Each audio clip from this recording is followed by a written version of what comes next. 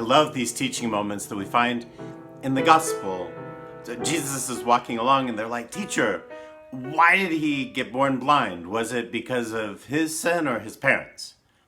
And you think at first, what a great question. Like if you're into philosophy, because he was born blind. So was it some sin he's going to commit later and God did it in advance? Or was it some sin of his parents? And so their punishment was that he was born blind. But look at how Jesus answers the question. He doesn't, right? He says, "You asked the wrong question." And he does that so many times in the scriptures, right? That they address him, they approach him looking for an answer because they have a question.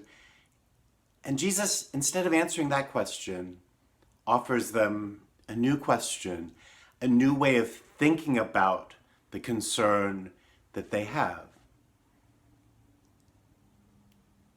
Jesus says it's not about sin. It's about redemption. It's not about somebody's fault. It's about love. Now, you can't have redemption without sin, and we have a whole doctrine of original sin, not the personal sin that makes our lives miserable or somebody else's life miserable, but sin as a primordial force that, having entered into the world, has created a chaos in which we live. But Jesus says, don't look at it. Like, how many times do people call and they want an exorcism and they want this? And Jesus is saying, look, like your Father loves you. And if you would just open your eyes to the ways that God works in your life, you would find not the chaos overwhelming you, not sin trying to take you out, but God loving you. And the only purpose of the fall is to prove the redemption.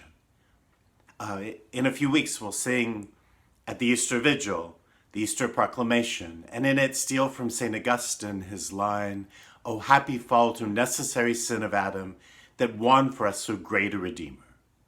That the only purpose of sin is to prove God's redemptive love.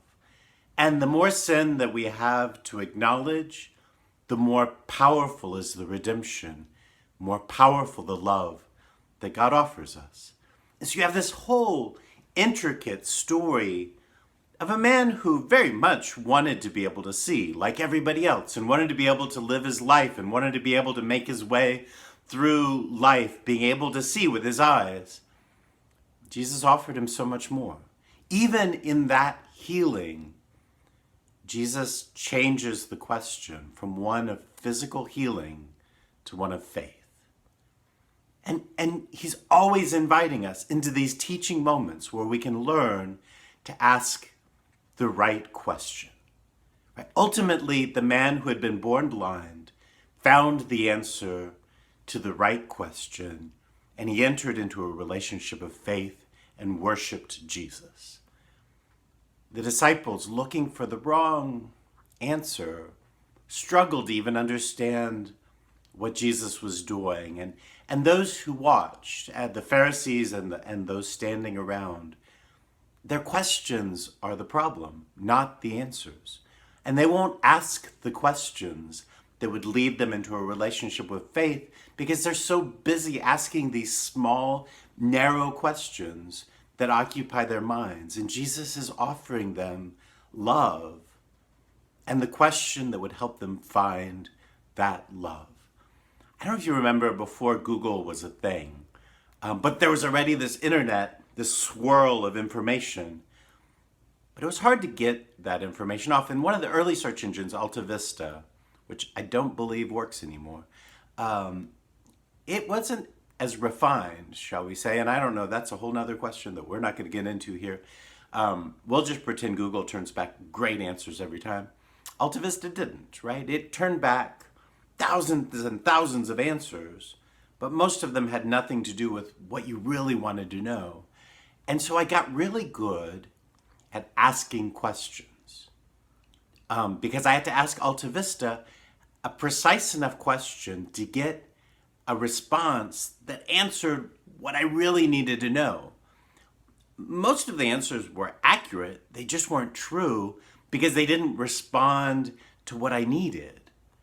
And I would just suggest, as we listen to the story of the man born blind, as we recognize in these 3 weeks of the scrutinies how much God is offering us and how the needs and desires of our lives, if we ask the right question, can lead to the redemption and grace and love that God offers us in the person of Jesus. I would encourage us to hear with the woman at the well last week, with the man born blind this week, with Lazarus and his sisters next week, the response to a question.